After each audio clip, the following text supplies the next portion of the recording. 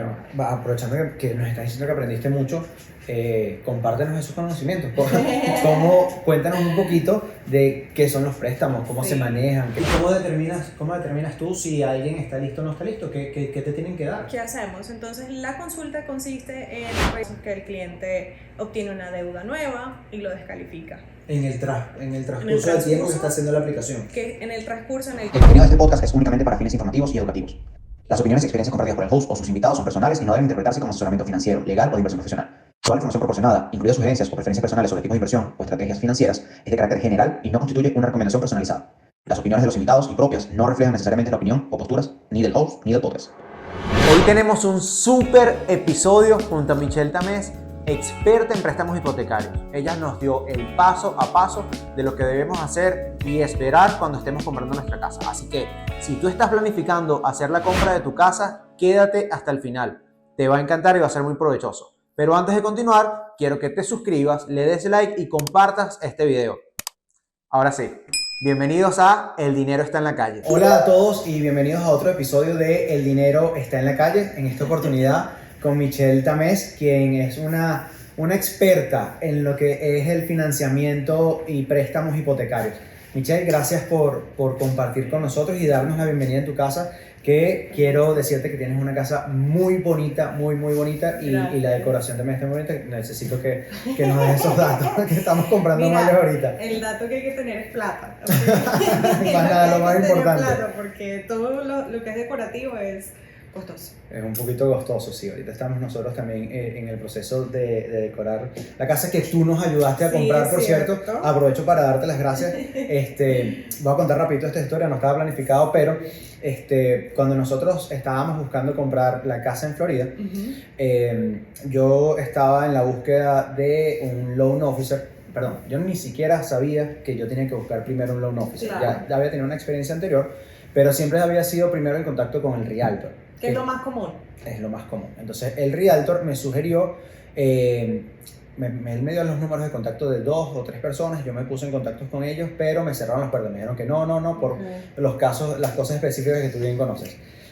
Un amigo que está en otro episodio, Pedro, sí, él me dio tu número y nos pusimos en contacto con Michelle y bueno, fue el ángel que nos ayudó a conseguir la casa en Florida. De verdad, muchísimas gracias por toda tu ayuda en esa situación que fue un poquito estresante, pero tú lo hiciste muchísimo más fácil. No, gracias. Y ustedes, porque realmente en un préstamo tan particular como fue el de ustedes fueron muy buenos clientes. O sea, hay clientes que hay veces que los préstamos no se nos dan, no solamente por la habilidad del loan officer, sino porque si el cliente no puede proveer lo que uno le pide, pues hasta uno llega hasta ahí, en realidad. Sí, es un poquito difícil, pero bueno, vamos a dejar los cuentos míos para otra ocasión. Vamos a lo que vinimos. Sí. Queremos que todas las personas que nos estén viendo tengan una guía de cómo es el proceso por la parte del financiamiento para comprar su casa. Muchas personas, y esto me lo enseñaste tú, se autodescalifican al momento de planificar la compra de su casa. ¿Okay? Piensan quizá que es un proceso muy difícil o que necesitan muchísimo dinero, tienen muchas creencias que no son tan ciertas. Sí. Antes de empezar al tema, quiero que te conozcamos un poquito más. Claro, cuéntanos un poquito de ti, de dónde vienes, cómo es tu historia. De dónde viene mi apellido, que todo el mundo me pregunta, mentira.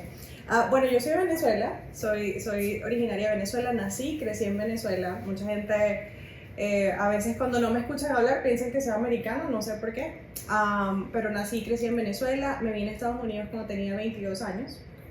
Cuando llegué aquí a la semana cumplí 23, o sea, pasé 7 días aquí en Estados Unidos y al fin de semana siguiente fue mi cumpleaños. Entonces fue como realmente así fue como yo me vine. ¿Cuándo cumples años? Yo no sé cuándo cumples años. El 7 de junio. Ya pasó. Te debo el regalo de cumpleaños. Tranquilo. Yo estaba viajando, yo estaba de vacaciones este año.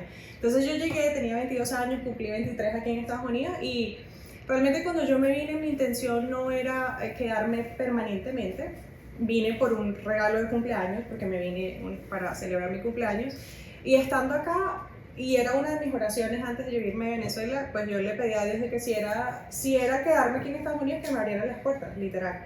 Que me colocara las personas correctas, que me colocara el trabajo correcto, y todo se dio así. Entonces, al mes y medio que ya yo estaba aquí en Estados Unidos, pues yo empecé a ver todas esas oraciones estaban siendo contestadas y dije, no, pues esto es la confirmación que yo estaba pidiendo. Cuando me dice que todas estas oraciones estaban siendo contestadas, ¿qué pasó exactamente? ¿Qué fueron esas señales que te dijeron sí, quédate? Fui un trabajo muy bueno, donde me permitían trabajar bajo mi condición de estatus en el que yo tenía en ese momento, me permitían trabajar, pagaban muy bien, me daban la oportunidad de tener un trabajo independiente en finanzas, porque era en un dealer de carros, de hecho. Okay. Entonces mi segundo trabajo en el que duré más tiempo, o sea, mi primer trabajo en el que duré más tiempo y el que de verdad me bendijo durante esos 2 primeros años fue en ese dealer de carros, donde me permitieron trabajar, haciendo de todito un poco y aprendí muchísimo y fue en el área de finanzas. ¿Y a qué estado llegaste? ¿Llegaste a Georgia? Llegué directamente a Georgia. Fíjate Okay. que esa pregunta me la hacen mucho cuando cuento mi historia, que qué raro que no llegué a Florida, pues porque muchas personas que emigramos a Venezuela casi siempre hacen Una parada. una universidad en Florida, ¿no? Hacen una parada en Miami o en Florida y tienen una experiencia a veces no tan buena por lo que he escuchado en Florida, pero yo me vine directamente a Atlanta. Me vine directamente a Atlanta porque tenía una amiga que estaba viviendo aquí en ese momento. Entonces fue como un apoyo, ¿no? Una amiga que aparte me animó, me dijo, vete tranquila, aquí puedes llegar, yo te guío, yo te ayudo. Y de hecho mi amiga, cuando yo llegué, mi amiga se fue a México, de hecho, al mes y medio. ¿A vivir o de vacaciones? A vivir. Wow. Entonces yo llegué aquí en junio, ella en agosto, ella y su esposo se fueron a México. Okay. Entonces ahí sí me quedé yo sola, aquí en Atlanta. ¿Cómo te sentiste en ese momento y te pregunto, porque yo no sé si yo te lo conté, yo antes de venir a Estados Unidos, yo migré a Argentina, y luego de Argentina yo vine a Estados Unidos y bueno, también por experiencias de gente que conozco, a veces esa soledad es una de las partes más fuertes de la migración. ¿Cómo pasaste ese momento? ¿Cómo te sentiste? Mira, yo creo que yo siempre he estado tan cercana a Dios que en ese momento tal vez no lo sentí. Mirando hacia atrás, sí me puedo dar cuenta que fueron meses muy fuertes, meses muy solos, incluso llegué a tener hasta una depresión suave, no fue una depresión severa, pero fue una depresión suave que yo en ese momento no me di cuenta, porque yo nunca he tenido síntomas de depresión o nunca he sufrido depresión, hasta que 3 años después yo miro para atrás y digo yo, o sea, eso era cierto... ¿Entendiste lo que estabas pasando en ese momento? Ciertos síntomas de depresión. Y en ese momento, pues claro, me quedo yo sola trabajando. Gracias a Dios, en el trabajo donde yo estaba, habían varios muchachos venezolanos, lo cual me daba un poco de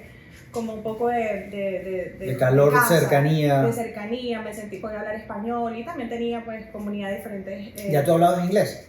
Ya yo hablaba inglés. Ok, sí. perfecto. Yo desde pequeña estuve en colegios que fueron muy buenos con la educación y con el inglés, y yo hablaba, escribía, entendía, leía. No hablaba mucho, o sea, tenía acento, y en Venezuela sabes que uno no practica el inglés, a menos de que no sé. En la escuela, hi, my name is... Literal, o a menos de que tengas un familiar en casa que hable inglés, pero lo leía, lo escribía y lo sabía, pues lo entendía fácil.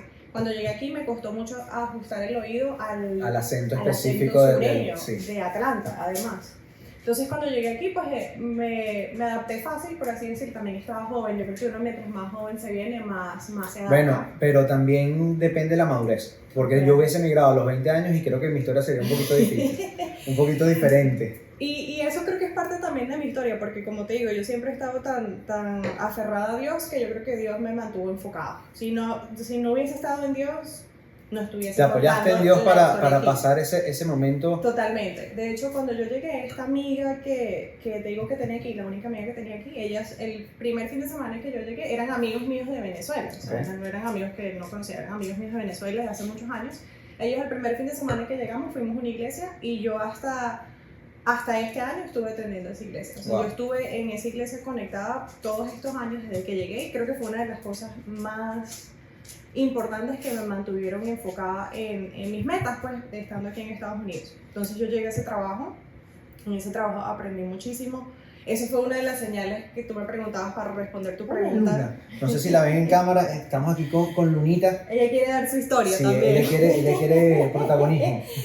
Y en ese trabajo fue una de las confirmaciones que, bueno, se me abrió esta gran puerta, porque era un trabajo donde de verdad iba a ganar muy bien, iba a tener la oportunidad de practicar el inglés, de crear una profesión incluso, de hacer buen dinero, o sea, era muy buena oportunidad.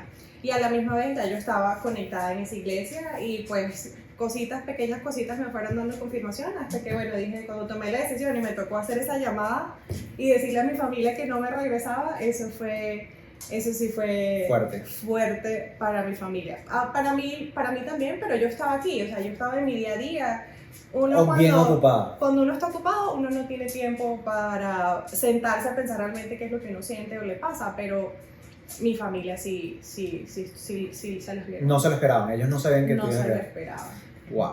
Sí, yo creo que ellos lo pensaban, pero pues yo nunca había hecho esto, o sea, no era como que... ¿Y hoy crees que fue la decisión correcta? Claro. Absolutamente. Absolutamente, eso no me quedó. Es más, los primeros años recuerdo que mi familia decía, se cuestionaban si era la decisión correcta, porque pues mi familia, mal que bien, nosotros en Venezuela teníamos cierta comodidad.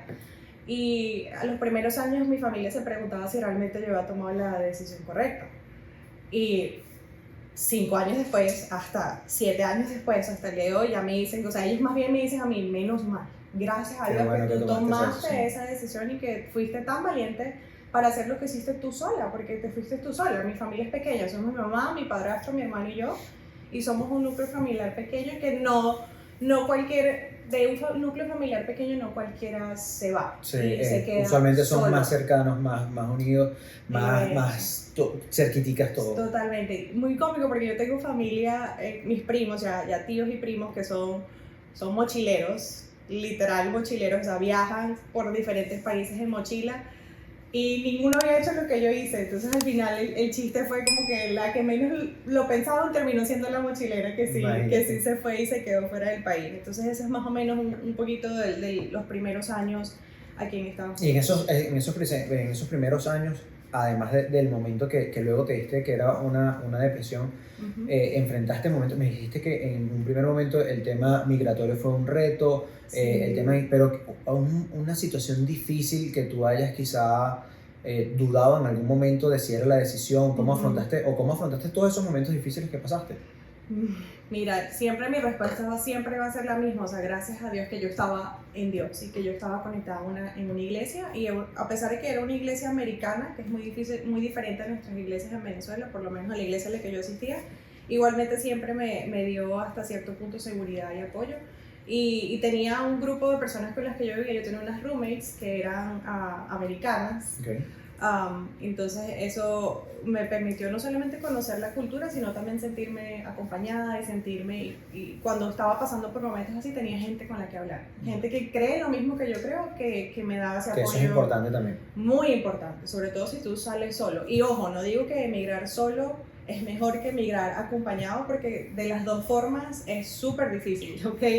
Yo creo que son cargas diferentes y procesos diferentes. Es tan difícil emigrar acompañado como tan difícil emigrar solo. Una de las cosas que queremos enfocar con El Dinero Está en la Calle es brindarle la experiencia de otras personas que han transcurrido ya cierto camino y enfocarlo desde distintas partes. En otros episodios hemos estado hablando, que los invito a que si no los han visto, hagan clic, los busquen y los vean.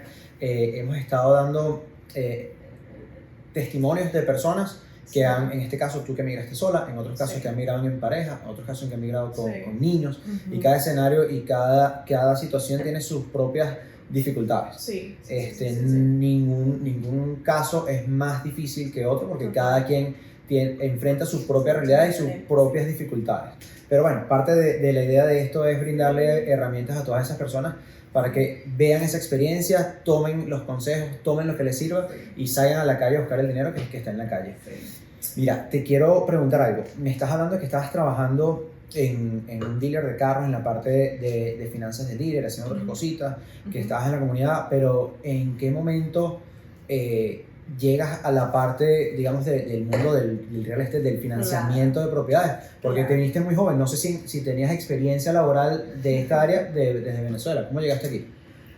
Mira, experiencia laboral en Venezuela, cuando yo me vine tenía 22 años, no me había graduado todavía, yo estudiaba medicina de paso, o sea, nada relacionado con lo que hago aquí, no se vayan a reír. Estudiaba medicina, entonces no era nada relacionado con lo que hago ahorita. Sin embargo, yo te he contado que mi familia tiene un negocio, ¿no? Mis padres tienen un negocio. Que de hecho, disculpa que te interrumpa, nuestro productor conoce... ¿En sí. serio? Imagínate, Sí, ahorita sí. le tomamos una foto. Entonces, en ese negocio familiar, algo que yo le agradezco mucho a mis padres es que me llevaban al negocio. Y desde pequeña, yo estaba, no sé, 13, 14 años, yo cuando tenía vacaciones en el colegio, que no estábamos en el colegio, pues me iba a trabajar con mi mamá. Y mi mamá era la persona que me daba las facturas para que yo chequeara si las facturas coincidían, auditar hasta cierto punto, hacer comparación entre las facturas y La orden el de compra. inventario. Entonces, yo sin saber, o sea, cosas O sea, desde pequeña te fueron adolescente, inculcando el desde trabajo. adolescente me fueron no solamente el trabajo, sino como este trabajo que requiere mucho detalle y que requiere, pues, o sea, auditar y revisar facturas y cosas Prestar que uno atención prestar atención, lo cual a los es detalles. muy importante en el trabajo que nosotros hacemos ahorita. Bastante. Entonces yo sin saber, pues mi mamá, gracias a Dios, me dio un regalo para toda la vida, trabajando las veces que pude trabajar cuando tenía desde los 15, desde los 14 hasta yo creo que hasta que me vine, yo estuve trabajando en el negocio de mi mamá cuando podía. Yo creo que eso es muy, muy importante porque si hay un factor común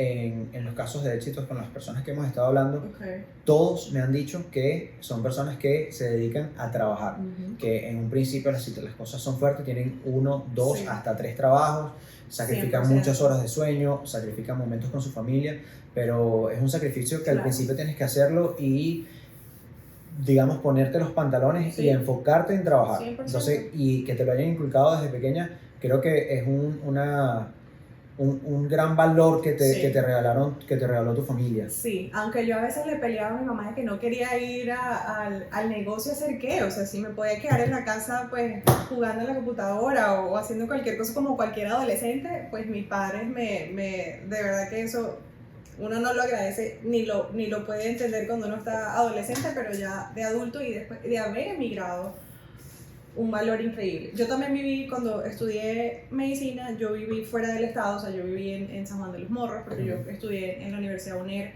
por 1 año y casi 2 años, y esa experiencia también fue muy de mucha ayuda, pues el vivir sola, el no estar... Como el preparatorio antes de la migración. Mira, yo jamás se me hubiese ocurrido que yo vivir estudiando en otro estado era lo que me estaba preparando a mí para vivir fuera del país yo sola, ¿no? Entonces fueron poquitas cosas. Ahí te diste cuenta que la sal no se recargaba sola. Tengo historias de historias cuando viví sola, mira, o sea, no, ya, es para otro podcast. Eso lo dejamos te lo para otro prometo podcast. podcast. Bueno, cuéntanos, ¿cómo llegaste al mundo de los préstamos hipotecarios? Entonces, llegué por la necesidad de dinero, ¿ok? Ok. Porque ya yo me había ido del dealer de carros, o sea, en el dealer estaba ganando muy bien, pero era un ambiente de trabajo muy pesado y era algo que yo supe que no iba a ser sostenible para mí a largo plazo, por lo menos para lo que yo quería. Tengo compañeros con los que trabajé que siguen trabajando en eso y está bien, pero no era lo que yo quería a largo plazo. Yo tenía una meta, iba a ahorrar tanta cantidad de dinero, al ahorrar esa cantidad de dinero y comprarme un carro, yo me iba de ese trabajo. Y literal así lo hice. Cuando me cambié de trabajo me fue a un trabajo en un call center, Okay. lo cual me permitió pues trabajar un poco menos. De atención descansar un telefónica en inglés. de atención telefónica en inglés, Ok. para una oficina dental, ¿ok? Algo también bien diferente a lo que hago ahorita. Sin embargo, me dio mucha experiencia en customer service en inglés, ¿ok? Muy clave para lo que hago ahorita. ¿Te dio también. miedo? Sí, me dio miedo porque nunca... Yo ya hablaba inglés con los clientes del dealer, pero era una clientela totalmente diferente, era en el ámbito dental, por teléfono. Y no, un lenguaje más técnico. Un lenguaje técnico diferente a lo que ya yo me había aprendido de los carros, por ejemplo. Pero bueno, nada, me dio miedo y yo con ese miedo digo, voy a ganar mucho menos. Pero bueno, este es el sacrificio que tengo que tomar porque no puedo seguir trabajando donde estaba ahorita. Con miedo y todo, para adelante. Con miedo y todo, uno viene lo que viene. Y con un objetivo, eso sí, uno viene enfocado. Qué bueno que lo vuelves a refrescar y creo que eso es clave. No solo para comprar una casa. Para Sí. lo que tú quieras hacer, tú tienes que tener tus metas claras. Total, Y si no las tienes, tienes que buscarte metas. totalmente. Ir planteando, hacer una planificación y poco a poco ir Sí. adquiriendo las metas grandes, dividirlas en tareas más pequeñas. Sí, Para que así sea más mismo. fácil de Así irlas mismo. Y entonces durante ese trabajo pues no ganaba mucho, o sea, era un trabajo relajado porque era desde la casa, era poco demandante físicamente, era nada más, yo hacía clock out y ya me desconectaba del trabajo. Entonces era muy sencillo, pero no estaba ganando lo que yo quería ganar. Y yo decía, si yo alguna vez quiero independizarme, poder comprar yo mi propia casa, dejar de vivir con roommates, pues no, tengo que cambiar de trabajo, o sea, no puedo, esta no es la industria en la que yo me voy a quedar y hacer la cantidad de dinero que a mí me gustaría hacer. Y ahí hablando con diferentes amigas, tenía buenas amigas, eso es muy importante, uno rodearse de las personas correctas, tenía buenas amigas, amigas 20 años mayores que yo, o sea, ya señoras más maduras, que siempre me veía sus vidas y eso era lo que a mí me gustaba, o sea, yo me he rodeado de personas de las que a mí me gusta la vida que tienen, porque me ayuda a saber qué es lo que yo también quiero en el futuro. Entonces, rodeada de ese grupo de personas, una de ellas era agente de bienes raíces, y ella me dijo, mira, en este negocio se hace mucho dinero, tienes que tomar la licencia, tienes que hacer estos pasos, pero esto es una inversión al principio, tienes que pagar una licencia, tomar clases, pero no te preocupes que apenas tú cierres tu primer deal, o sea, tu primer cierre, todo eso lo recuperas, así que no te estreses. Yo estaba contando cada dólar de todo lo que iba a invertir para tomar esa licencia sin ninguna garantía, porque uno... Y el tiempo que te toma, el tiempo la que dedicación. Te toma, el dinero, la dedicación, y empezar en una carrera totalmente diferente, por lo menos tú lo has experimentado con tu propia experiencia ahorita con la licencia. Entonces, yo con aquel temor sacando mis ahorritos y la cosa, y bueno, preparándome para hacer esto, yo de hecho tomé la licencia de Realtor. Yo tomé las clases de Realtor, tomé la clase, tomé el test, tomé la aplicación, todo. Y en ese proceso, esta misma amiga me dice que el loan officer con el que ella trabajaba necesitaba urgente un asistente bilingüe. Y ella decía que yo podía ser una muy buena candidata. Te va a gustar mucho, el trabajo es muy chévere, el prestamista con el que vas a trabajar es muy buena onda, o sea, hazlo, inténtalo. Entonces ya yo había tomado la clase, ya había tomado el examen, ya estaba lista para empezar como real. Sabes que algo que hemos estado hablando y que también hemos coincidido en otros episodios, quizá alguien podría decir, oh, qué suerte que ese loan officer necesitaba un asistente, pero yo difiero de eso. Yo siempre digo que la suerte no existe, que la suerte simplemente es la unión del trabajo duro, estar preparado y saber aprovechar o ver la oportunidad. O sea, si tú no te hubieses rodeado de esas personas, correcto, no hubieses tenido toda la preparación en inglés que tuviste, correcto, no te hubieses preocupado por 100%. buscar la manera de llegar a tener las licencias que necesitabas, no se te hubiese presentado esta oportunidad. Totalmente. Sí, no, y que la oportunidad te agarre listo, pues, o sea, si se te atraviesa una oportunidad, no puedes, déjame sacarme la licencia, no, que te agarre ya listo, que fue lo que a mí me pasó. Ya yo tenía la licencia, ya estaba lista para yo arrancar como agente de bienes raíces, y yo decía, bueno, qué mejor lugar para yo exponerme a la industria que como asistente de un prestamista que hace los préstamos de las casas. Bueno, pues intentemos. Y literal, yo tuve la entrevista, mi amiga me recomendó con el prestamista, tuve la entrevista un lunes o un martes, un lunes creo que fue. Mentira, activé mi licencia. Fui a tomar el examen para la Real Estate License un lunes. El martes tuve la entrevista, o sea, al día siguiente tuve la entrevista y me contrataron de una vez. Y ya yo había tomado el examen y hecho todo con un día de diferencia. Dije, bueno, pues si me tocó esto y lo voy a empezar a hacer. Hagámoslo, o sea, intentemos y me encantó. A la semana comencé, dejé mi otro trabajo, hice todo bien con orden. Como a las 2 semanas comencé, y fue en el primer mes que fui asistente, me acuerdo que fue esto fue en el 2020, que fue cuando COVID, pandemia, intereses a 3, 2.8, 3.5, o sea, intereses bajitos, que el mercado estaba saturado. Este loan officer para el que me contrataron era un top producer, además era top producer, y el primer mes que yo fui asistente de él fueron como 11 préstamos. ¡Wow! Los que me tocó asistir sin ningún tipo de experiencia. Toda una universidad. Mira, eso fue una universidad desde el día número 1. Y tuve la bendición de Dios de que ese prestamista fue un prestamista muy chévere de trabajar con esa persona. Porque a ver, tú lo has experimentado, o sea, si lo han experimentado los compradores trabajando con diferentes tipos de prestamistas, imagínate más uno como asistente, en una Claro. posición de asistente, trabajar con alguien que no sea chévere trabajar es difícil, pero tuve la gran bendición de que esta persona que me contrató, que creyó en mí, que me dio la oportunidad sin tener nada de experiencia, fue muy, muy, muy bien de trabajo, muy chévere. Bueno, aprovechando que nos estás diciendo que aprendiste mucho, compártenos esos conocimientos. Cuéntanos un poquito de qué son los préstamos, cómo Sí. se manejan, qué tipo. Tú eres, tienes muchísima experiencia con compradores de vivienda principal, ¿cierto? Sí, sí, primeros compradores, sí. Ok, ¿y cómo se maneja esos préstamos? ¿Qué tipo de préstamos tienes? Sí. O vamos a hacer algo, vamos a trazarle el camino Sí, desde sí, el principio. desde el ¿Qué principio. tienen que hacer las personas que tienen en mente o como meta comprar una casa Sí, como preparación previa? sí. ¿Qué les recomendarías que tienen que hacer? La primera recomendación es, primero, no descalificarse a ellos mismos, ¿sí? Quitar toda la información que escuchen por redes sociales o por la experiencia de un familiar o lo que sea, sino venir directamente con el prestamista y tener una consulta inicial. Es lo primero. Sea que esté listo o que no esté listo, o que piense que no esté listo, porque si piensa que no esté listo, porque usted mismo se lo está diciendo. Entonces, que tengan la primera consulta con nosotros es lo principal, lo más importante, porque hay uno los va a guiar y les va a decir si estás listo, no estás listo.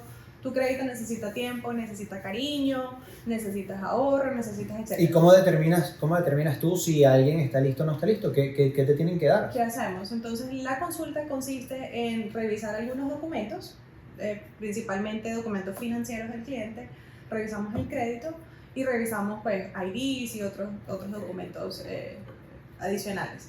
Y tomamos una aplicación. Entonces, tomamos una aplicación con el perfil del comprador, revisamos los documentos y eso nos ayuda a determinar en dónde el cliente está parado. Ok, y cuál ya es va, el pero tiempo. nos estamos adelantando mucho. De los documentos, ¿qué documentos puede necesitar la persona? Os juro, tienen que tener Social Security. No necesariamente, no. Entonces, cuando el comprador viene con nosotros, determinamos cuál es el estatus migratorio. Tengo seguro social o tengo tax ID, tengo seguro social, pero nunca pude renovar mi permiso de trabajo, hace muchos años que no lo renuevo. Entonces, evaluamos cuál es el estatus migratorio del comprador para determinar entonces cuál es el plan, cuál es el programa. Y con el respecto a la parte laboral, Usualmente, entonces, una vez que revisamos el estatus migratorio, luego procedemos a revisar el crédito, después del crédito revisamos el estatus laboral, ¿no? Usualmente se solicitan 2 años de historial de trabajo, ¿sí? Cada caso es diferente, por ejemplo, en tu propio caso, sí, fue diferente. Entonces, lo común o el estándar son 2 años de historial de trabajo, pero para cada caso puede variar. hay ciertas excepciones que Correcto. pudiesen aplicar. Correcto, hay clientes que solamente necesitan 1 año, hay clientes que necesitan 5 años, etc. Entonces, cada caso, por eso es tan importante la consulta inicial. Entonces, determinamos estatus migratorio, puntaje de crédito y estatus laboral en cuanto a tiempo de trabajo e ingresos. Okay. Entonces, esos son los requisitos más básicos. Esa consulta toma mucho tiempo, es algo sencillo o te pueden enviar los documentos o Sí. por teléfono. ¿Cómo hacen eso? Yo usualmente les doy al cliente la opción, yo les ofrezco, lo podemos hacer todo por teléfono, en persona, si quieren ver mi linda cara, en persona o por llamada, por videollamada, por Ok. llamada telefónica, por Como WhatsApp, se le haga más fácil. como se le haga más fácil. Si usted quiere venir a la oficina a verme, nos vemos en la oficina. Si vive muy lejos de mi oficina, pues mándame todo por internet, por correo electrónico, por WhatsApp, como se le haga más fácil enviarlo. Que eso es una de las cosas que queremos resaltar, porque hay Ujú. personas que creen que esto es un proceso muy difícil. Sí. Y la verdad no es tan difícil.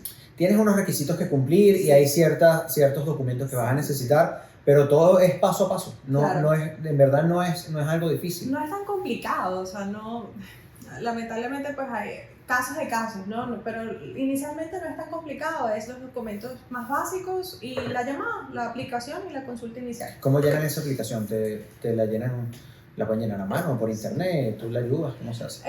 El cliente tiene la opción de llenarlo por internet ellos mismos. Tengo clientes que prefieren guardar su información un poco más y ellos mismos colocan sus datos por internet. Hay clientes que son un poco más Celosos. reservados con su información y deciden ellos mismos llenar la aplicación por internet, lo cual lo agradezco, mucho más fácil para mí, pero en caso de que tal vez no son tecnológicos, no tienen el tiempo o quieren que uno los ayude con eso, al Mira, gracias. aquí en El Dinero Está en la Calle tenemos producción, bartender. Me encanta. Bienvenidos cuantas veces quieran.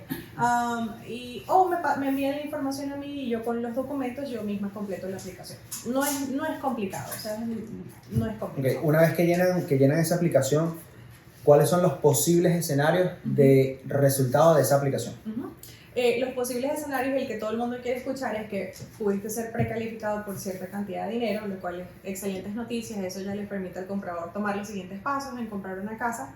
O no estás listo en cuanto al crédito, tu crédito necesita cariño, necesita trabajo, o tienes todo menos, por ejemplo, el dinero o las reservas, nos falta un poquito de ahorros. Entonces, o precalificas o te tenemos un plan para que puedas precalificar en cierto tiempo. Se les da una guía. Claro, Okay. por supuesto. Ahí eso es importante porque me preguntaron, pero cuando dicen que estás aprobado, ¿qué significa que estás aprobado? Porque que estás aprobado significa que te están autorizando a financiarte un monto específico. Correcto, así mismo. Es la mejor forma que lo puedes explicar. O sea, estás precalificado para comprar una casa y ya tus finanzas se han revisado. Tienes una precalificación inicial que te permite ir a mandar ofertas a posibles casas que tú quieras comprar. Ese sería el siguiente paso, luego de la aprobación. Correcto. Ok, y una vez que tiene la aprobación, entonces, ¿qué tiene que hacer nuestro cliente? Sí. Una vez que ya el cliente ya fue precalificado por cierta cantidad de dinero, esa carta de precalificación se le envía al realtor con el que el cliente trabaja. Okay. ¿Sí? Aquí hay un chiste interno, no se lo podemos contar. Chiste interno.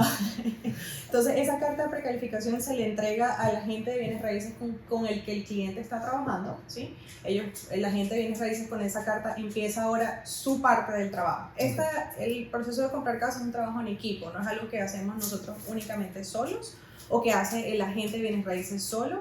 Es un trabajo en equipo donde hay hasta más de 10 profesionales detrás de cámaras trabajando en el proceso. Las personas que usted más va a ver es al prestamista y al loan y al realtor, pero el realtor es el que se encarga una vez que ya el loan officer hizo su trabajo inicial. Ellos con la carta de precalificación empiezan a ver casas. Con esa carta ya un agente de bienes raíces puede someter ofertas a una casa que esté disponible para la compra.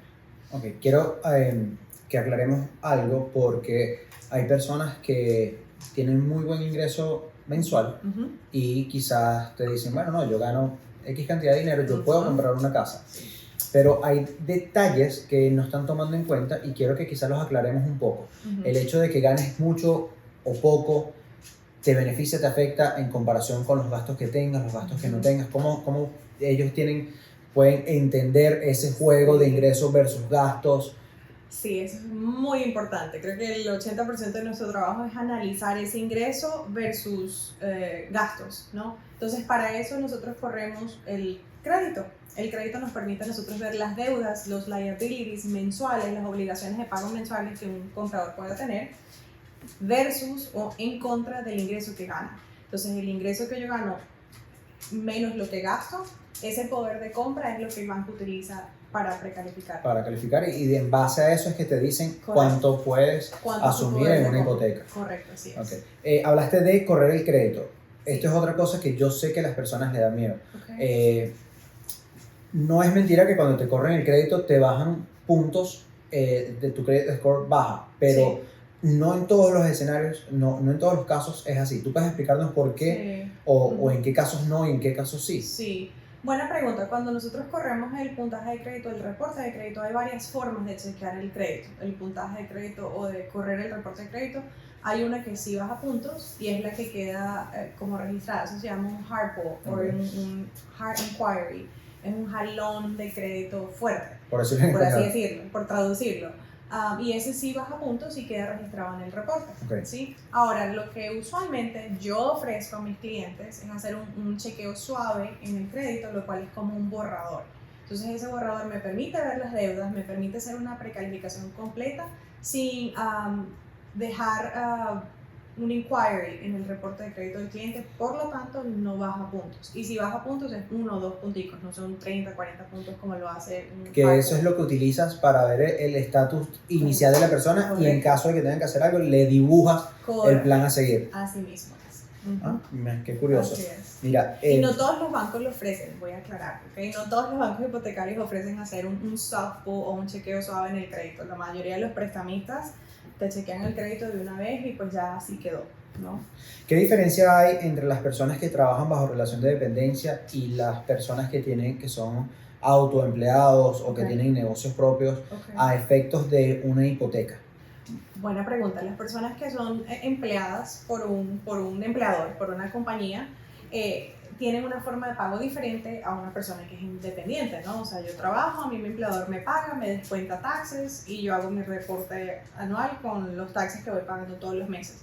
A diferencia de un empleador independiente que tiene ingresos fluctuantes. Hay meses que están mejores, hay meses que están peores y no pagan impuestos hasta el final del año o hasta la temporada de taxes. Entonces, una de las diferencias al momento o para propósitos de precalificación de compra de casa es que, por ejemplo, con los empleadores independientes nosotros utilizamos el ingreso neto, que es el ingreso después de deducciones, el ingreso que uno se lleva a la casa después que gaste todo lo que iba a gastar en mi negocio.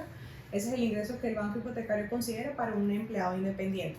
Una persona que trabaja para una compañía, por ya tener el incurrir en las deducciones de taxes, el banco hipotecario para propósitos de calificación utiliza el ingreso bruto, el ingreso gross income, ¿sí? Entonces hay esa diferencia en cuanto al ingreso que se evalúa para cada empleador. Ahorita me estabas mencionando en esta explicación, me mencionaste sobre los taxes, ¿ok? En el caso de las personas que tienen empresas o que son autoempleados, ahí, y esta es una duda que yo tenía, y probablemente si yo tengo esa duda, probablemente muchas personas la tengan. El tema de las deducciones. Okay. ¿Cómo manejamos nosotros, o bueno, cómo maneja relacionado al tema hipotecario, las deducciones en las empresas referido a los taxes? Sí, buena pregunta. Y para propósitos de préstamo hipotecario, los bancos hipotecarios consideran algunas deducciones, es decir, algunos gastos como ingreso, ¿sí? Son algunos gastos puntuales, no son todos. Vamos a explicarlo gastos. bien, porque a ver, unos gastos Sí. como ingresos la gente queda... Sí, Vamos entonces, a por explicar. ejemplo, gastos como depreciación Okay. y gastos como millajes, business mileage, que son las millas de manejo, Okay. se pueden utilizar como ingreso para Es decir, propósitos de compra de casa, únicamente. Esto no aplica para otros tipos, si usted quiere comprar carro o otra cosa, no es igual. Esto aplica únicamente para propósitos de compra de casa. Los bancos hipotecarios permiten usar, en la mayoría de los casos, no todos los bancos, mi banco lo hace, utilizar gastos como depreciación y millas, que son gastos. O sea, al final del día son gastos que una compañía tuvo, pero se pueden utilizar como ingreso extra, lo cual les permite a un comprador tener un ingreso neto más alto. El resto de los gastos, fuera de esos dos gastos puntuales, son gastos. No son tomados en cuenta. Tomados en cuenta. Son como tomados en ingresos. cuenta como gastos. Como gastos. Te va a restar poder Son de gastos, compra. correcto, así mismo. Okay. Ahora, te quiero preguntar otra cosa. ¿Cuánto dinero tengo que tener para comprar una casa? Por eso me lo han preguntado. O sea, Okay. compartiendo con amigos que ya saben que estoy trabajando en esto contigo, Sí. me dicen, ay, ¿cuánto necesito para comprar una casa? Wow, es eso. Es la pregunta del millón y no es una pregunta que tenga una respuesta fácil o directa o no hay una ecuación en realidad, porque cada cliente es diferente, las deudas que tú tienes son diferentes a las deudas que yo tengo, los gastos que tú incurres son diferentes a los míos, entonces todo va a depender de cuánto debes, o sea, cuánto están tus deudas en tu reporte de crédito, en tus deudas versus lo que ganas. Ahí es donde yo sí te puedo decir, bueno, en base a tus deudas y al precio de casa que tú quieres comprar, porque no es lo mismo comprar una casa de 200,000 a de 400, 450. Claro, pero todo se calcula en porcentajes. Correcto, y una casa de 200,000, el pago mensual va a ser más bajo que una casa de 500,000. Entonces, en base a ese pago mensual, que va a ser la deuda de la casa, más las deudas actuales que tú tienes, carro, un préstamo que tengas por ahí pequeño, tarjetas de crédito, esas dos deudas combinadas, hay que evaluarlas en contra a cuánto ingreso tú necesitas tener. Entonces, no es como que, bueno, para todo el mundo que quiera comprar una casa de 400,000 necesitas ganar $80,000 al año. Para una persona puede ser 80,000, pero para otra persona puede ser 100,000. ¿Y en ahorros? En ahorros sí hay porcentajes un poco más generalizados porque al momento de comprar casa hablamos de porcentajes en base al precio de la casa. Okay. Entonces, si la casa cuesta 400,000, un comprador por primera vez necesita usualmente entre 3 a 5%, entonces ¿De qué depende esa diferencia de porcentajes ¿Quién pudiese comprarlo con 3%? ¿Quién pudiese comprarla con 5%? ¿Cómo se...? Buena pregunta. Usualmente la persona que compra con 3% es el primer comprador. ¿Sí? Con 3 a 3.5% es el primer comprador que nunca ha comprado casa. Okay. ¿Sí? Esos son los primeros compradores, tienen ese beneficio y ese es uno de los beneficios de comprar casa por primera vez. Ojo, es un porcentaje, no es que no necesito dinero, y es una pregunta muy común. Bueno, pero ¿dónde está el beneficio? Muchos clientes me dicen, pero tú me estás pidiendo que tengo que tener $20,000, ¿dónde está el beneficio de comprar casa? Yo, es precisamente tener $20,000 en lugar de $50,000 o $100,000. Entonces, el beneficio del primer comprador no es que no necesito dinero. Tengo una duda, cuando te refieres casa, ¿es casa por primera vez o casa primaria? Casa por primera vez Okay. y primaria. Oh, ok. ¿Sí? Okay. Casa por primera vez, nunca he comprado casa, nunca he estado en el título de una propiedad o no he estado en el título de una casa en los últimos 3 años, ¿ok? Pude haber comprado una casa en el pasado y la vendí y tengo 5 años que no compro casa y puedo ser considerado comprador por primera vez, Okay, ¿sí? Y tiene que ser mi casa primaria. Mi casa primaria, es una donde yo voy a vivir, no que la voy a comprar y la voy a poner a rentar porque ahí hablamos de, es un podcast para otro día también. Entonces, usualmente el primer comprador es de 3 a 3.5, 5%. ¿Y qué tan importante es el puntaje de crédito? ¿Qué tan importante es el puntaje de crédito tomado en cuenta para el down payment? Muy importante, demasiado importante. En cuanto al down payment, no es tan importante. Sí y no. Es que no es una respuesta única. Nunca, exacto, nunca es como una ecuación así y te va a dar este resultado, porque Okay. cada caso es diferente. Por ejemplo, tengo clientes, el crédito es muy, muy importante en cuanto al interés de financiamiento, y eso es un podcast para otra oportunidad también, pero es muy importante para el interés de financiamiento, y si una persona tiene menos puntaje de crédito, un perfil de crédito menos favorable, los bancos tienen la potestad de decir, este cliente es de muy alto riesgo, para mí yo prestarle tanto dinero, yo exijo o yo puedo pedir que necesite más down payment por encima del mínimo. Entonces eso puede influir. No pasa en todos los casos, pero sí puede influir. Usualmente el primer comprador tiene el beneficio de 3 a 3.5, 5%, pero si el puntaje de crédito está malo, el banco tiene la potestad de decir, es mucho riesgo para mí, yo necesito más compromiso, un down payment más alto. Ok, y si alguien tiene un buen puntaje de crédito, por ejemplo, y tiene un ingreso favorable en relación a ingreso-deuda, pero no tiene ahorros, ¿todavía así tiene opciones para comprar casa o automáticamente queda descalificado? Pues al tener esos dos factores a su favor, que es ingreso y buen puntaje de crédito, el dinero se puede conseguir. Cuando me refiero a que se puede conseguir es que hay programas que facilitan también el préstamo para el down payment. Si yo necesito $15,000 de enganche, de inicial para una casa, eso se puede conseguir a través de un segundo préstamo. Entonces, el ingreso y el crédito, por así decirlo, son los factores más difíciles e importantes porque el dinero siempre se puede conseguir por un segundo financiamiento, ¿no? Que ahorita estamos hablando desde el punto de vista del banco, evaluando los clientes en específico. ¿Qué busca el banco? ¿Cuál es el perfil ideal que quiere el banco? ¿Qué es lo que ellos buscan? Sí. Mira, un banco hipotecario quiere ver un cliente con un perfil de crédito confiable. Sí, no tiene que ser perfecto, yo no le estoy diciendo que tiene que tener un crédito de 800, pero con un perfil de crédito confiable. ¿De qué se trata el crédito, puntaje de crédito en este país? Es muy diferente a nuestros países. El perfil de crédito le dice a cualquier institución bancaria que te está prestando tanto dinero, qué tan fiable eres tú pidiendo dinero prestado y pagándolo de regreso. Entonces, en el perfil de crédito nosotros podemos ver cualquier pago atrasado que hayas tenido, si tuviste algún delinquency, si estuviste tarde, si dejaste de pagar algún carro o alguna casa, o si te mandaron una cuenta de colección. Entonces eso dice la fiabilidad que tú tienes como prestatario, ¿sí? Y como comprador al momento de aplicar para una casa. Todas estas cosas que está diciendo ella que el banco evalúa es lo que no tienen que hacer. Lo que no tienen que hacer, es lo que idealmente el banco quiere, una persona con un perfil fiable, o sea que he pagado a tiempo, no tengo pagos atrasados, he pagado a tiempo, mis tarjetas no están maximizadas, es decir, no uso al máximo lo que una entidad bancaria me presta, sino que mantengo mis límites. Por ejemplo, tienes una tarjeta de 10.000, no gastas los 10.000 de la tarjeta de Correcto, crédito. no los gasto al máximo, puedo gastar $1,500, pero no utilizo, vivo al máximo con lo que me prestan, ¿no? Okay. Entonces, ese es el perfil ideal que un banco hipotecario quiere ver y eso se va a traducir en un buen puntaje de crédito. Si yo tengo un buen perfil, un buen manejo de mis finanzas, eso se traduce en un buen puntaje de crédito, lo cual le da al banco el perfil de crédito que quiere. Idealmente es que tengan dinero en el banco, que lo tengan en el banco, que no lo tengan en efectivo, porque el dinero se tiene que tener en una institución bancaria que pueda ser verificable, no puede ser en efectivo debajo del colchón. ¿Por qué no puede ser en efectivo? Porque el efectivo no se puede verificar. No es, Sí. no es trazable, no es rastrable. Esa es la palabra, no es rastrable. Y eso, a ver, cualquiera que haya visto la serie de Ozark puede saber que, a ver, o sea, el dinero en efectivo se puede venir de presta muchas partes. de muchas partes, entonces el banco necesita poder verificar de dónde viene ese dinero.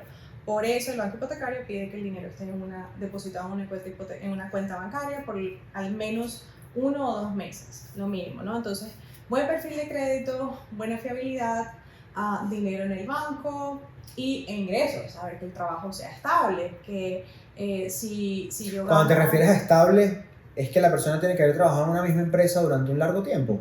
No necesariamente. Cuando me refiero a un trabajo estable es que las horas trabajadas Sean constantes a lo largo del tiempo. Muy bien, sean constantes a lo largo del tiempo. Cualquier ingreso extra que se produzca como overtime, bonos, comisiones sea constante a lo largo del tiempo. Que el ingreso siempre vaya subiendo a medida que van pasando los años y nunca bajando. Que no haya cambiado mucho de trabajo es lo ideal, pero se permite.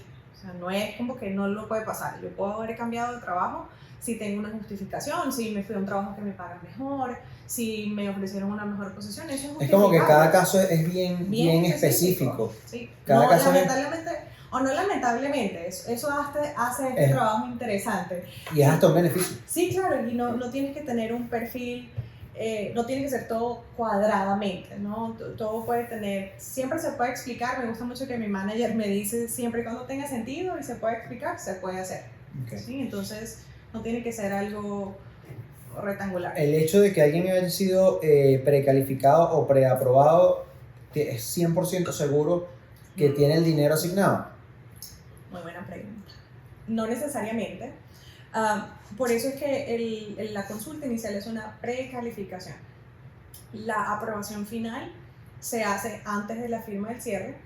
La hace la persona que aprueba el préstamo, que no somos nosotros, los non-originators, no somos la persona que aprueba el préstamo al final, somos la persona que origina el préstamo, estructura el préstamo, guía al cliente, hace todo el trabajo de entrada, pero hay una persona que aprueba el préstamo al final, ¿okay? Y hasta ese punto todo puede pasar.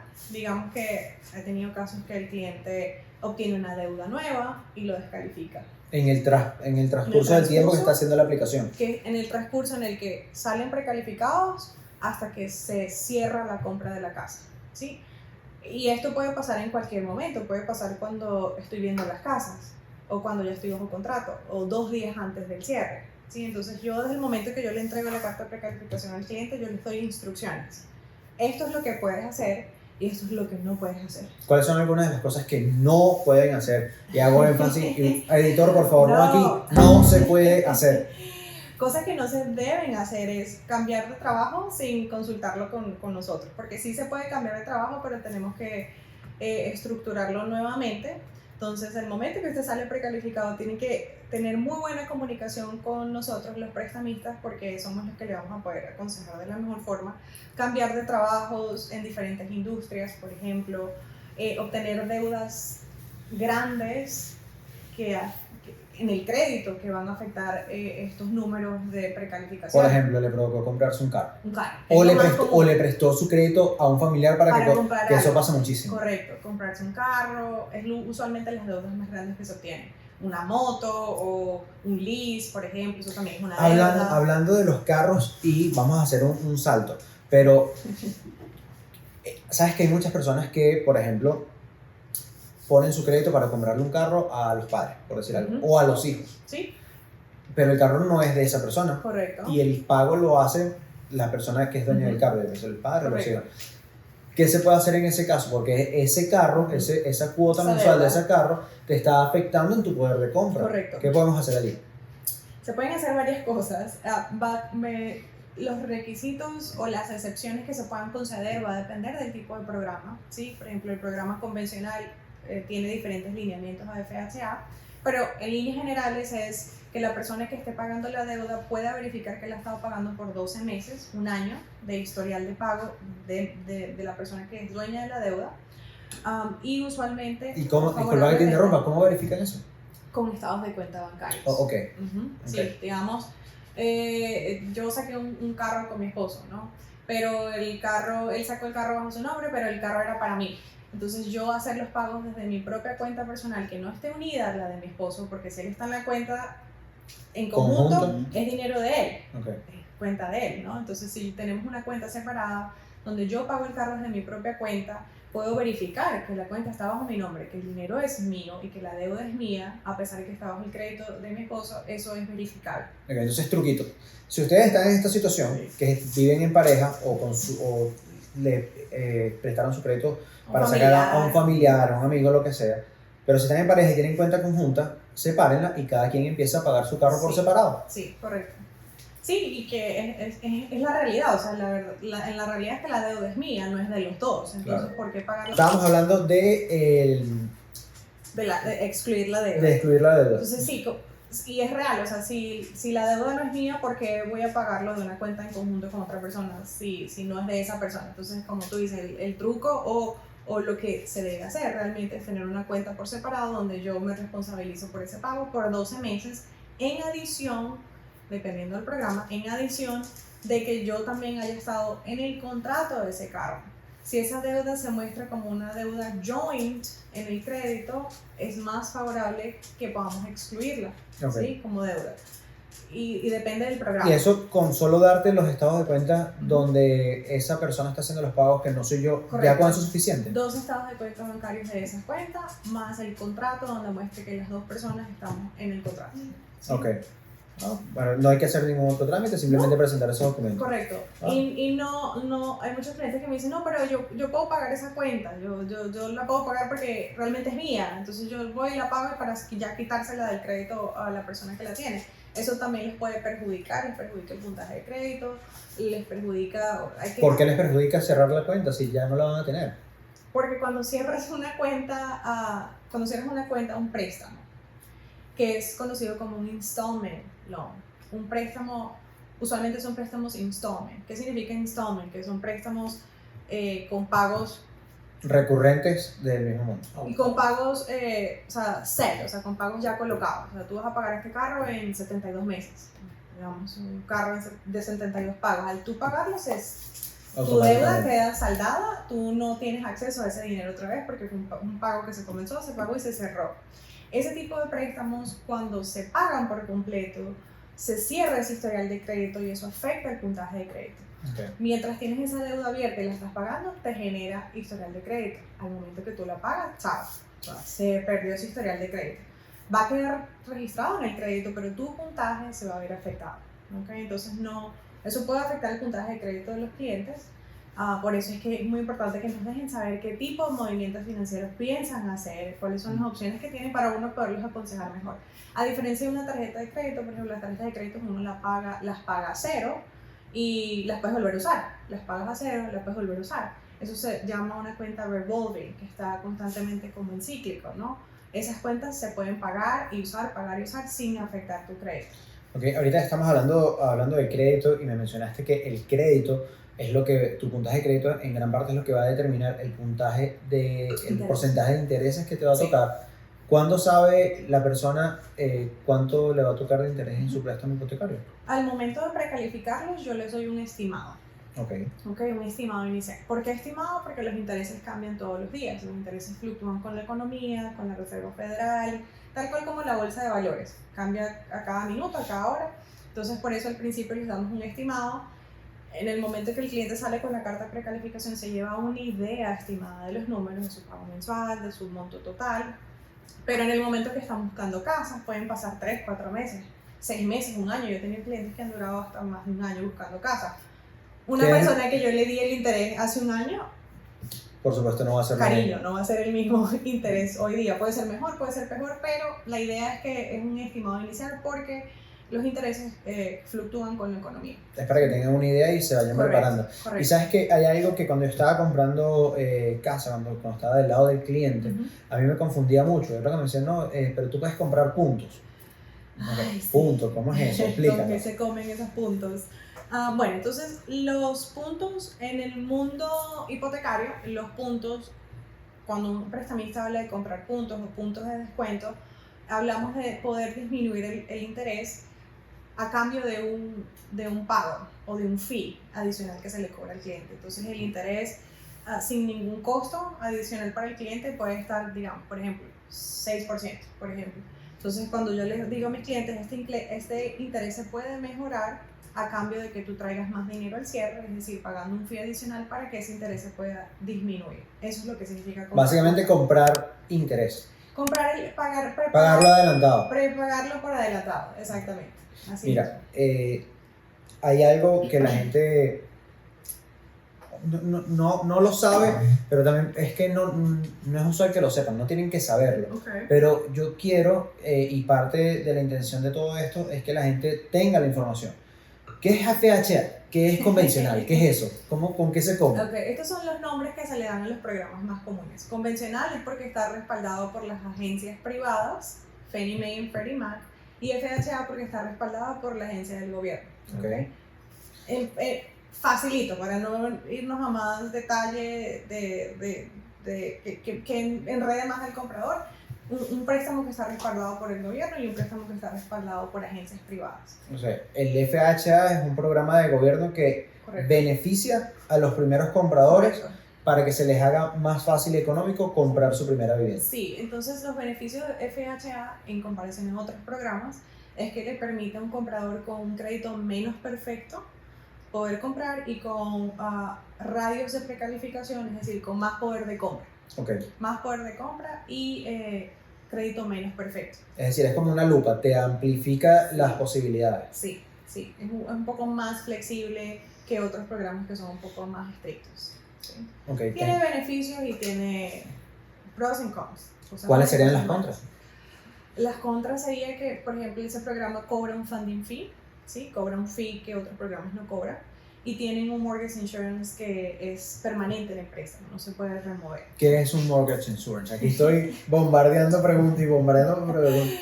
Entonces, el mortgage insurance es el seguro de hipoteca que se paga cuando uno pide un préstamo con menos del 20% de inicial. Entonces, yo compro un préstamo con menos porcentaje de enganche, soy más alto riesgo, ¿sí? Entonces, el momento de que yo deje de pagar el préstamo, ¿quién le va a responder o respaldar al banco hipotecario todo el dinero que yo quede debiendo? Es básicamente el seguro que tiene el banco. Es una segura de hipoteca.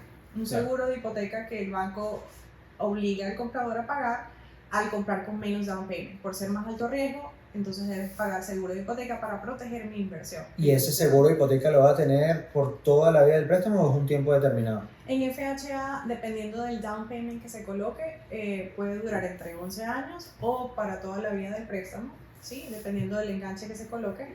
Con convencional se puede remover una vez que la casa alcanza el 20% de equity. ¿Sí? ¿Y cómo es algo que se remueve automáticamente o hay que hacer algún trámite? ¿Hay que llamarte a ti? ¿Cómo se hace eso en el caso convencional? Usualmente se remueve automáticamente, pero al llegar al pago número 78 o al alcanzar el 20% de equity, el comprador puede llamar y hablar con el banco para que notificar que ya alcancé lo mínimo para que me lo remuevan de una vez. Okay. Sabes que en conversación con una persona que estábamos hablando sobre el tema de los préstamos y todo eso, él me preguntaba si la negociación de los préstamos hipotecarios puede ser como cuando tú compras un carro, que estás con el que te está vendiendo el carro en el dealer y negocias precios, negocias intereses. Y yo, mira, el precio sí lo puedes negociar, pero eso es directamente con el vendedor de la casa. Pero ahora, ¿tú puedes negociar con el banco los términos de tu contrato? Dependiendo del banco, puedes tener cierto rango de negociación, pero no es como negociación, es simplemente lo que hay disponible en el mercado y lo que el banco te puede ofrecer que para vendría que tú tengas. básicamente sería el tema de comprar puntos, Correcto. dar un down payment más alto, un down payment Correcto. más bajo, jugar con esos números a ver Correcto. qué te beneficia más. Correcto, así mismo, no es como que el comprador, el prestamista tiene el poder de negociarte por aquí, negociarte por allá, no, es simplemente lo que hay disponible y lo que el comprador decide hacer en cuanto a sus finanzas. Ok, ahora vamos a seguir con la línea de tiempo del proceso. Ya ellos se prepararon para llenar la aplicación, Sí, nos completaron la aplicación, los precalificamos, Ujú. le dimos el borrador de los Sí. números, ya ellos están trabajando con el Realtor, consiguieron casi y entraron en negociación. sí. ¿Qué sigue? Bueno, estamos bajo contrato. Cuando un cliente entra bajo contrato, yo recibo el contrato y comienzo a procesar el préstamo. Sí, cuando empezamos a procesar el préstamo me refiero a colectar documentos, a estructurar el préstamo en base a esa casa en particular que está bajo contrato, colocar todo en los documentos, firmar documentos iniciales. Una vez que procesamos el préstamo se somete al underwriter, que es la persona que aprueba el préstamo y revisa las finanzas para la aprobación final. ¿Okay? Ese proceso puede durar 10 días, 15 días, 20 días, todo depende de la rapidez con el que el comprador me provea documentos, con el que el abogado me provea los documentos de la casa. ¿Hay alguna forma de que se le haga una línea de crédito directa o todos los préstamos pasan por un underwriter? Sí, todos los préstamos pasan con un underwriter, Okay, obligatoriamente. o una vez que llega el underwriter, sabemos que puede ser aprobado o negado, Ujú. o puede ser aprobado con Correcto, con con condiciones. ¿Cómo sería? Sí, usualmente la mayoría de los bancos trabajan con una metodología en la que el underwriter hace una revisión inicial, ¿okay? Esa revisión inicial se llama, por lo menos a mi banco le llamamos conditional approval, que es una aprobación con condiciones. ¿Qué significa? Que estás aprobado siempre y cuando proveas estas condiciones o documentos adicionales. Entonces ya es como que el underwriter hace una revisión inicial y a partir de ahí nos pide algunos documentos adicionales para finalizar su revisión final y la aprobación. Y ya una vez que se proveen esos documentos, emite una aprobación final. Ok, y después de esa aprobación final, Uh-huh. ¿qué sigue en el proceso de la compra? Es la mejor parte de la transacción. Una vez que ya el banco le da una aprobación final, un clear to close, que está listo para cerrar, entonces ahí se coordina la cita con el abogado que va a hacer la firma de documentos. Los abogados involucrados en la transacción representan al banco, representan al lender, a nosotros. O sea, esos abogados los busca el lender también, los buscamos nosotros. El abogado lo busca, lo negocian en el contrato. Okay. O sea, lo puede sugerir el vendedor, lo puede sugerir el comprador.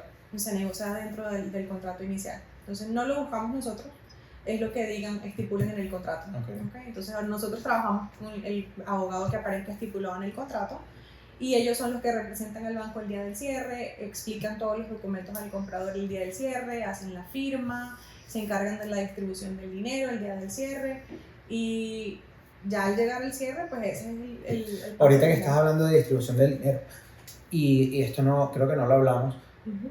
cuando nuestros clientes o los clientes van a la cita inicial, ¿tienen que pagarte algo? No. Es totalmente gratis. Buena pregunta. Sí, la consulta que nosotros hacemos es completamente gratuita. ¿Y No cobramos por el crédito, no cobramos por nada. ¿Y en el caso de los abogados? Los abogados tienen un fee, ¿no? Un abogado pues que va a hacer la transacción va a cobrar Es su algo trabajo. al comprador, lo cual forma parte de los gastos de cierre.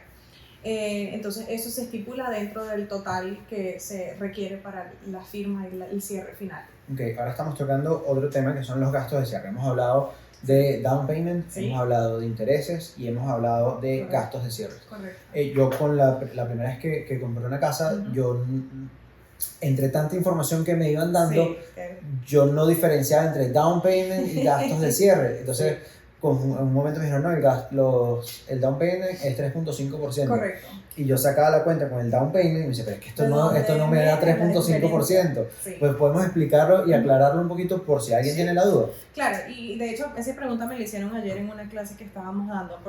Porque yo he hablado de lo mismo, yo desglosaba down payment y gastos de cierre y la señora me decía, pero cuando yo compré a mí me dieron un monto total. Y yo, sí, el monto total incluía un porcentaje que era para un inicial y un porcentaje para gastos de cierre. Entonces los gastos de cierre son los gastos involucrados en hacer una transacción de bienes raíces, que incluye esos gastos de cierre, lo que se le paga al abogado, lo más importante o uno de los aspectos más importantes, lo que se le paga a nuestro banco que procesa el préstamo, lo que se paga de reservas. Cuando uno compra una casa se abre una cuenta de reservas. En esa transacción, esa cuenta de reserva acumula algunos meses de taxes de la propiedad, de aseguranza de la propiedad, de aseguranza de hipoteca. Entonces ahí dentro de esos gastos de cierre hay unos meses de reserva incluidos. Se paga, por ejemplo, un año de aseguranza de la casa por completo. El día que yo cierro, mi casa está asegurada un año por completo, por adelantado. Se pagan taxes al condado, taxes de transferencia, se pagan fees por registrar el título. Todo eso son los gastos de cierre que son una única vez. A diferencia del enganche, el enganche va hacia la compra de la casa, ¿no? Mi casa cuesta 300,000, me prestaron 290 porque yo coloqué una inicial de 10,000, 300 menos 10,000, a partir de ahí comienza mi deuda. Eso es el enganche, pero los costos involucrados en hacer esa transacción es los gastos de cierre. ¿Me expliqué? Sí, no, está súper claro, pero no quiero que la gente se asuste porque estamos hablando de pagar un año adelantado de seguro, pagar los taxes de la propiedad, hacer un depósito de unos meses de los taxes más el seguro, más los fees del banco, más, o sea, la gente empieza a sumar y se va a asustar. No se asusten. Y aquí es donde es muy importante que siempre se asesoren con profesionales, ¿ok? Los realtor en el momento de la negociación los pueden ayudar, cada negociación es distinta, pero pueden ayudarlo a que quizás los vendedores cubran parte de estos gastos de cierre, no todo tienes que desembolsillarlo tú. Entonces, como bien dijo Michelle, cada negociación es distinta, cada persona es un caso especial, pero hay maneras de que tú vayas por la meta de comprar tu casa y no tengas que pagar tanto dinero. Correcto, ¿okay? Sí, 100%. De hecho, hace un par de semanas tuve una transacción en la que el vendedor cubrió $17,000 de gastos de cierre. Wow. Y los gastos de cierre eran como 19,000, entonces cubrió casi que el 90% de los gastos de cierre. El cliente solo requirió como $3,000 de su bolsillo. Entonces eso es importante trabajar porque eso no lo negocio yo. Es importante trabajar con un agente de bienes raíces que tenga el conocimiento, la experiencia y el tacto para negociar, porque son negociaciones, ¿no? Luna también está de acuerdo. Mira, quiero saber, ahorita que estamos hablando de personas profesionales, ¿cuáles pudiesen ser esas alertas en caso de que alguien esté trabajando con un loan officer que no sea quizá tan profesional? ¿Qué esos son esos tips que las personas deben fijarse y en caso de que vean algo raro no trabajen con eso? Que cuidarse. ¿Cómo se pueden cuidar de eso? Sí, muy buena pregunta. Yo digo que una de las cosas más importantes es que usted trabaje con alguien que le dé confianza. Que esto suena un poco como, bueno, al aire o místico, pero uno no trabaja bien con todo el mundo. Yo tengo clientes que no se sienten tan cómodos trabajando conmigo como otros clientes que únicamente dejan de trabajar con familia para trabajar conmigo porque se sienten cómodos. Entonces lo más importante es primero que el cliente sienta confianza y tenga una buena conexión con el loan officer, ¿sí? Y si alguien te dice que le tienes que pagar por la consulta inicial, corre de ahí. Eso es una alerta roja, sí. ¿Alguna otra que se te ocurra? Que no hable tu idioma. Claro, no es que sea una alerta roja, sino que no es lo ideal. No va a quedar tan clara la información. No va a quedar tan clara la información. Siempre es bueno hablarle, que uno le expliquen a uno en sus números, ¿no? Okay. Mira, te atajo acá, Michelle, y quiero que le digamos a las personas que nos están viendo qué pueden esperar el día del cierre, qué es lo que deben esperar el día del cierre. Sí. A ver, el día del cierre se supone que debe ser un día feliz. Ese día, si no pasó nada, si no salió nada de último minuto, ¿qué me ha pasado? Es un día muy, muy tranquilo, no hay que estar nervioso ni tener ansiedad. Uno llega con el abogado te explica los documentos nuevamente. Y lo que hay que prepararse es para firmar muchos papeles, es lo único que se firman bastantes documentos, estar atento a lo que explica el abogado y recibir las llaves. De verdad que ese día si usted llegó hasta ese día, ya pasó lo más fuerte, en realidad. Y después del cierre, yo sé que hay un temita, no un temita, pero quiero que la gente sepa qué deben esperar para el primer pago, cómo hacen ese primer pago, cuándo tienen que hacer ese primer pago, siempre igual, es diferente. Sí, entonces el tema con el primer pago, y de hecho voy a publicar un reel pronto para que la gente entienda un poquito el tema del primer pago. Aquí abajo vamos a poner tus redes sociales para que te sigan. Sí. Y de qué se trata, por lo menos prepaid interest, que es algo que influye en cuándo va a ser mi primer pago. Pero, por ejemplo, si yo compré una casa ahorita en el mes de septiembre, el pago del próximo mes de octubre se paga como un mes de atraso, es decir, se paga en noviembre. Cuando yo hago mi primer pago en noviembre, estoy pagando el pago de octubre, así que es inmediatamente después del mes que cerré. Entonces, usualmente la gente termina haciendo su primer pago como un mes después. Un mes se luego siente de... como un mes después, Okay. porque se paga por atrasado. Entonces, yo cerré en septiembre, mi primer pago no va a ser hasta noviembre 1. Usualmente los bancos tienen un periodo de gracia entre el día 1 y el día 15 de cada mes para hacer los pagos, ¿ok? Después del día 15 les cobran una penalidad de pago atrasado y después de 30 días se lo reportan al crédito como pago atrasado de un préstamo hipotecario, lo cual es gravísimo. Esto podríamos decir que es un beneficio entre la eterna guerra de qué es mejor, de rentar o comprar, porque las rentas usualmente máximo el día 5 ya lo estás pagando. 100%. Aquí comprando tu casa pues, puedes tener hasta el día 15, Hasta el día 15 para hacer el pago. Sí, entre el día 1 y el día 15 se puede hacer el pago, e incluso hasta el día 30 se puede hacer el pago, pagando la penalidad, pero tienes esos 30 días. No es lo ideal que No es se lo ideal, por arriesguen a favor, tanto. No sea ese cliente que paga después el 15. No se arriesguen a tanto. Mira, Michelle, ahorita quiero que nos des unos hacks, ¿ok? Danos esos trucos que la gente puede tener en cuenta. Por ejemplo, me mencionaste los intereses prepagados. Sí. Ahí hay un truquito. ¿Cuándo es mejor cerrar y por qué? Vean mi último reel que va a salir esta semana. Pero no, se los explico brevemente. Los intereses prepagados se calculan en base a los días en el que yo cerré el préstamo de la casa. Entonces, si yo cerré el día 15, entre el 15 y el día 30 del mes que yo cerré, se pagan intereses prepagados, es decir, 15 días. Si yo cerré el día 3, al día 30 se pagan, ¿qué? 27 días de intereses prepagados. Entonces, si yo cierro el día 29, que es 1 o 2 días antes de que termine el mes, solamente estoy pagando 2 días de intereses prepagados. Y es mucho menos. Es mucho menos en gastos de cierre. Entonces, eso es un truquito bien importante que se lo recomiendo a los clientes y a los agentes de bienes raíces, que son los que usualmente negocian la fecha del cierre con el vendedor. ¿Okay? Hay otra cosa que se ve muchísimo en redes sociales y dicen truco para que pagues tu casa en 7 años, 15 años, 11 años. Entonces te dicen que divides los pagos. Eso es verdad, es mentira. Siento que tanta información en redes sociales sobrecomplica las cosas. Usted se puede ahorrar dinero siempre y cuando pague el préstamo en menos tiempo.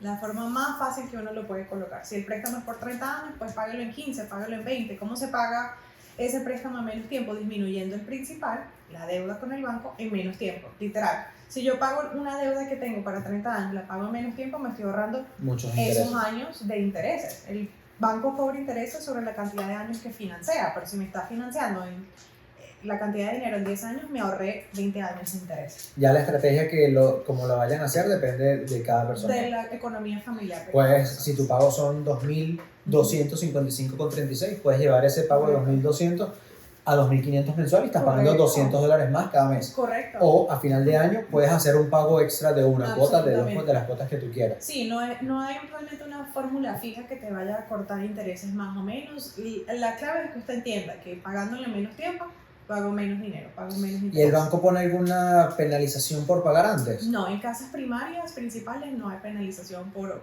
pagar antes de tiempo. No lo hay. Usualmente lo mínimo que el banco le pide es que por lo menos en 6 meses a 12 meses se financie, ¿sí? A partir de ahí pues ya no hay ninguna penalidad.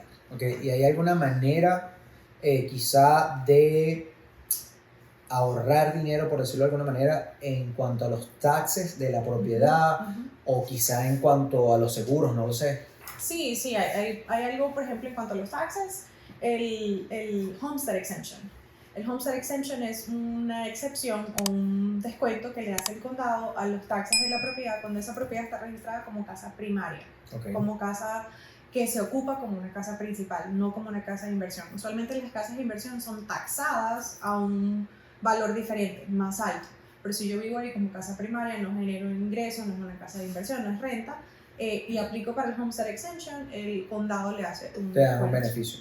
Es un descuento de una sola vez, es que usted aplica todos los años y le da un descuento todos los años, una única vez. Y con la parte de los seguros, yo sé que hay profesionales del seguro y lo ideal siempre es asesorarse con el profesional, pero en tu experiencia, que tienes tanto tiempo trabajando en esto, ¿hay alguna manera quizá de que los seguros sean más económicos o...? Pues en mi experiencia lo que yo he visto en todos estos años es que la póliza, las aseguranzas siempre suben con los años, a ver, eso es indudable. Pero una forma de disminuir el impacto de cuánto pueda subir el premium es la cantidad de claims que ustedes sometan en su casa. Si usted mete un reclamo por techo, por agua, por cualquier cosa, eso va aumentando la póliza. Entonces, si uno es bien conservativo, con la cantidad de reclamos que coloca en la póliza, le va a permitir tener un mejor premium todos los años y tener también, por ejemplo, carros asociados con la póliza. Creo que algunas compañías permiten un descuento. Okay. Es cuestión como que el profesional de seguros te explica un poco más de cómo aplicaría para te consigue una mejor opción. Sí. Ok, vamos a revisar acá la chuletica que tenía. Conclusión y consejos finales. Mira, Michelle, ya estamos por terminar. En líneas generales, como loan officer experimentada, ¿qué consejos le puedes dar a esas personas que quieren comprar una casa con financiamiento? De tanto los consejos que pudiera dar. El consejo más importante, que vengan a la consulta. O sea, que tengan su primera conversación con el prestamista. Que no se dejen desanimar por la experiencia que han escuchado que otras personas han tenido. Vengan y ustedes tengan su consulta personalizada, porque cada experiencia es diferente. Su escenario va a ser muy diferente al del papá, al de la mamá, el tío, el primo. Tenga su consulta, aunque no sienta que va a comprar casi inmediatamente. Usted nada más quiere saber cuánto pudiera calificar. Comienza de una vez, no le cuesta nada, no le cobramos nada. Lo educamos, lo enseñamos, le revisamos el crédito y le decimos qué hacer, ¿por qué no? Y los ayudas a planificarse, que también es clave. La planificación en todo esto es una claro que sí, parte es lo más importante. Tengo clientes que me dicen, me los refieren y yo les llamo y me dicen, sí, no, pero es que nos queremos esperar. Y yo, aunque se quiera esperar, podemos tomar la aplicación. Si usted quiere comprar el año que viene, comience ahora mismo para que tenga una idea de dónde tiene que estar parado el año que viene. Entonces, tener esa consulta inicial es mucho más importante de lo que los clientes entienden a veces. Bueno, Michelle, quiero darte las gracias. Espero que este episodio haya sido bien educativo y les funcione, les sirva bastante. Y bueno, no se autodescalifiquen, busquen de los profesionales que los van a ayudar a lograr esa meta que tienen de comprar su casa.